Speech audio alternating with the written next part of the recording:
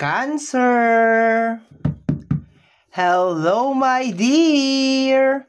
My dear Cancer, second half of February 2024.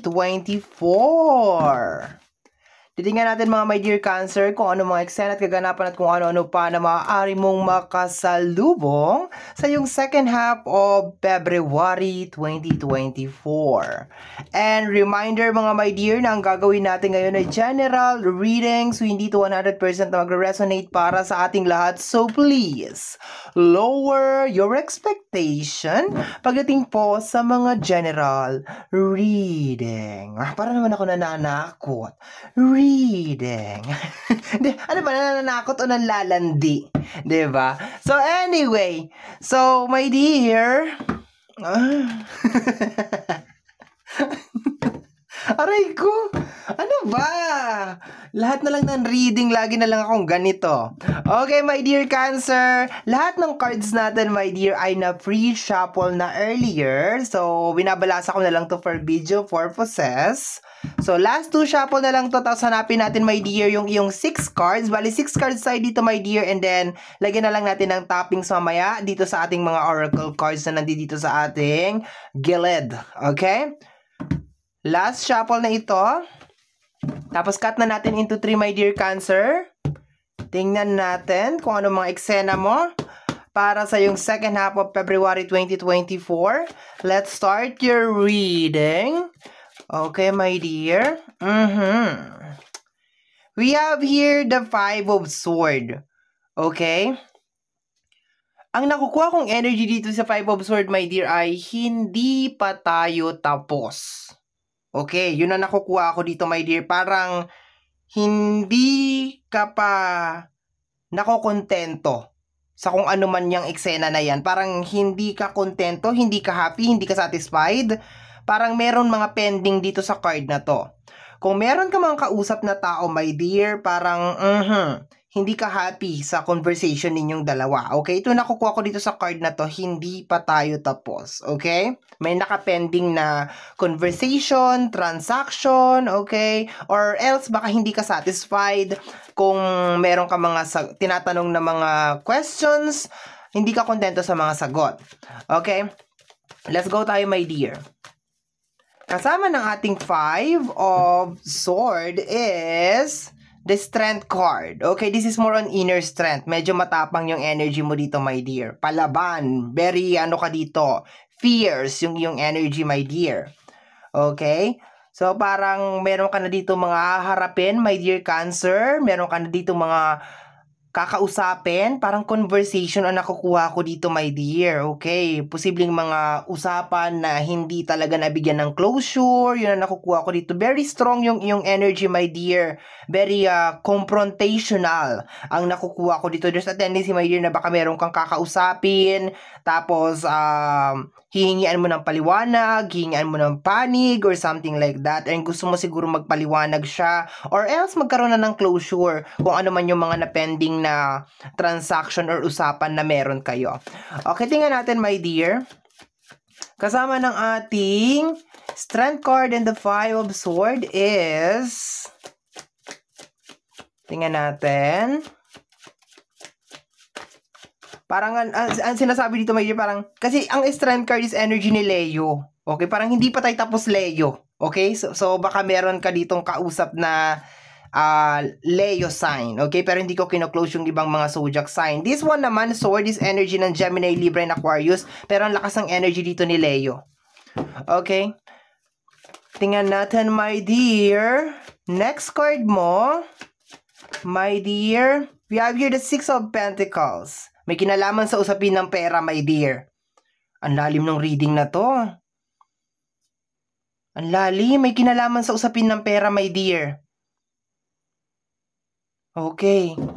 Ayoko namang, teka. Basta may kinalaman sa usapin ng pera. Medyo malalim yung energy na nakukuha ko sa kanya. Okay, tingnan natin. Posibleng dinispal ko yung pera, something like that. So, mag-ingat kayo, my dear, ha? Second half of February, kasi posible, my dear, na mag-umpisa din tong senaryo na to second half of February na meron mga tao na gagawan kayo ng hindi maganda na may kinalaman sa usapin ng pinansyal. Okay?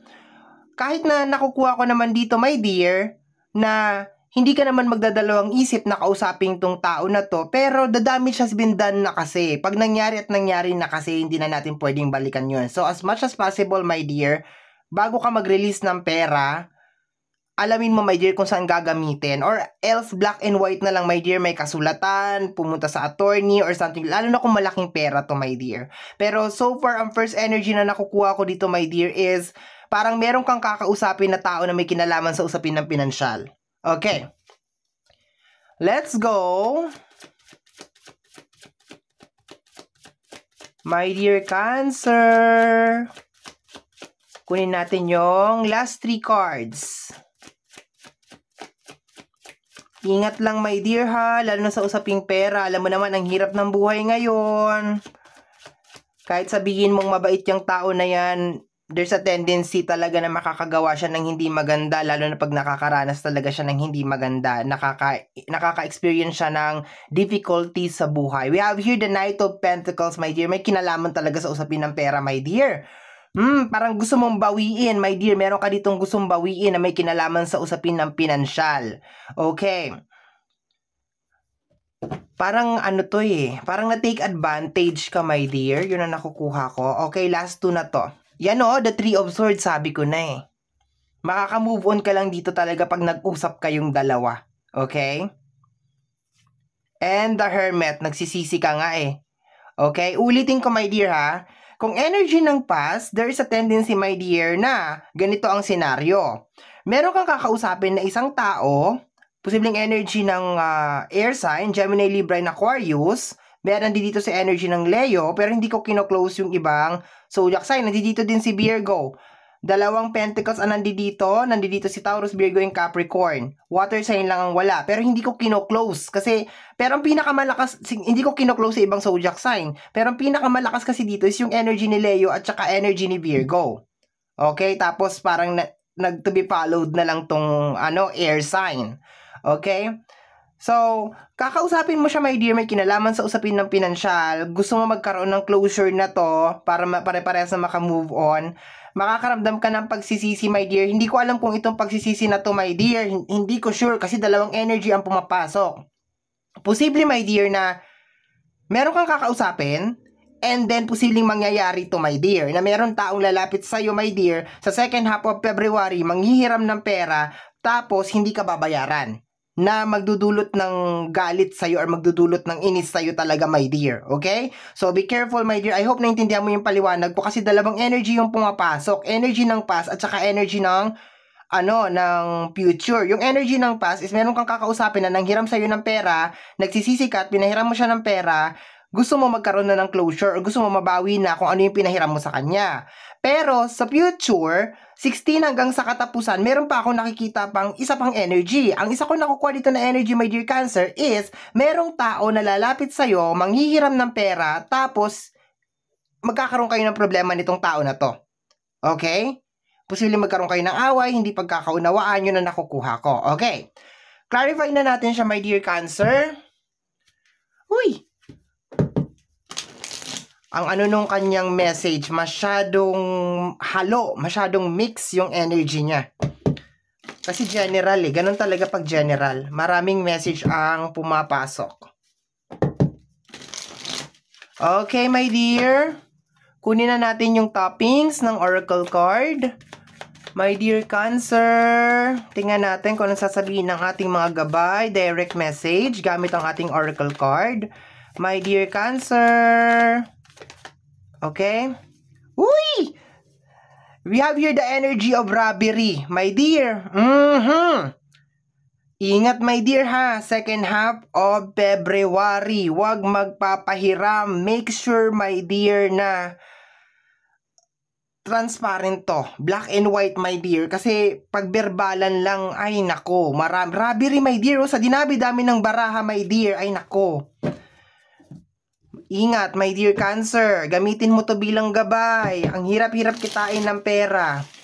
Meron kasi mga tao na ang aamo ng mukha nila, hindi mo mapagkakamalan, nagagawa ng hindi maganda. Pero pag nakaranas kasi sila, my dear Cancer, ng hirap or alam mo yun, pasakit sa buhay, hindi nila mapigilan na hindi talaga gumawa ng hindi maganda. Okay, so ingat my dear ha. You have here the robbery energy, pag nanakaw, okay? Okay, tingnan natin additional message, okay? Ayun na, si energy. Energy ng Hermit. Ano to? Handa ka na ba? Okay. I think so, yes. My dear, it is a confirm. It is a yes. Mag-ingat, my dear, sa second half of February kasi merong lalapit sa'yo, manghihiram ng pera, and then hindi magbabayad. Magkakaroon kayo ng problema nito. Posibleng masira yung pagkakaibigan ninyo ng dahil sa pera, yung relasyon ninyo ng dahil sa pera, pamilya nyo ng dahil sa pera. Kasi pakiramdam ko super close sa'yo tong manghihiram or talagang gumuhit na sa puso mo, my dear. Okay. But in the past, energy ng past na posibleng i-closure mo ngayong second half of February, more on confrontation. Para ka naniningil dito, parang meron kang binabawi, ibalik mo sa akin. Okay? So, dalawang energy yan, my dear, no? So, gamitin natin to mga my dear Cancer as a gabay. Okay? So, my dear Cancer, yan ang reading mo para sa yung second half of February 2024. Somehow, my dear, kung nagustuhan mo to, especially kung napadaan ka lang, don't forget to subscribe. Pag-click lamang po ang notification bell para ma-update ka sa aking mga upload. And mga my dear, don't forget to like and follow yung iba natin social media platform. Free to like, free to share, free to comment sa lahat ng ating mga videos. Once again, my name is RJ, also known as Apo J. Maraming salamat po, and until next time, bye-bye! Thank you, my dear. Maraming salamat po.